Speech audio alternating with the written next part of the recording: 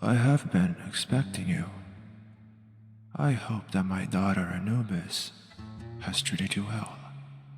And may I say that I am pleased to see that you have been deemed worthy at your trial when one of our beloved mortals is handed over to the devourer of the dead. It is always with great sorrow. I particularly detest witnessing this outcome. There are times I wonder if those humans who are judged as wicked have ever even adhered to our guidance. However, within the darkness, there is also light. The light that keeps my faith undiminished. My wife is very close to humans, and when she's permitted to do so, she has a particular fondness for teaching the young how to sew fabulous garments, or even something as simplistic as baking. Her very existence keeps the afterlife in a constant state of balance. In the end, we always talk things over because we both care about what happens to you mortals. There is no need to address me so courteously. Your destiny has been sealed, and you have been proven yourself as a person of great value during your lifetime.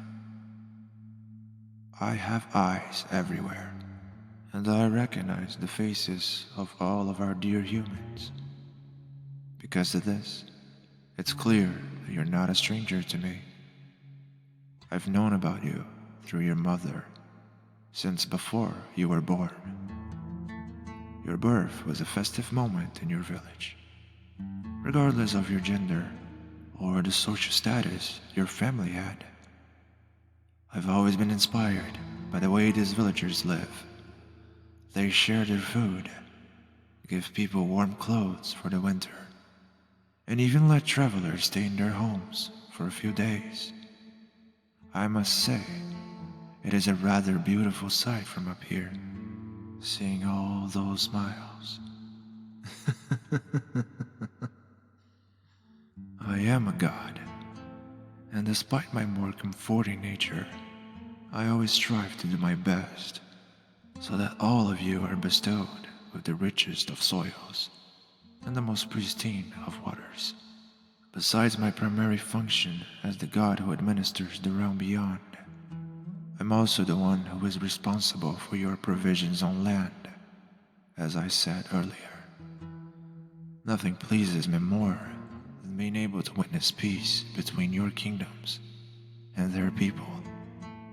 If my doctrine is being used correctly, I might have to admit that my zeal can sometimes be hard to understand.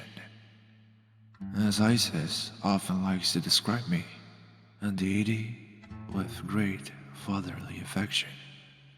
From where we stand, your lives are very short, but we can see that you're all doing the best you can with what you have, making the most out of each moment, raising beautiful families, and of course, helping your equals when you need to.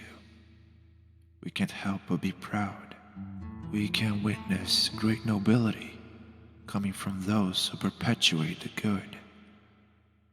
But of course, where were we? I would like to grace you with something very special. The possibility of a resurrection. The other gods have spoken such kind words about you that I feel compelled to reward you with something extraordinary. I will give you a choice, my kind immortal. Whether you choose to remain here in my reign in the afterlife, or have the opportunity to be born again into the world of living with new life. What say you?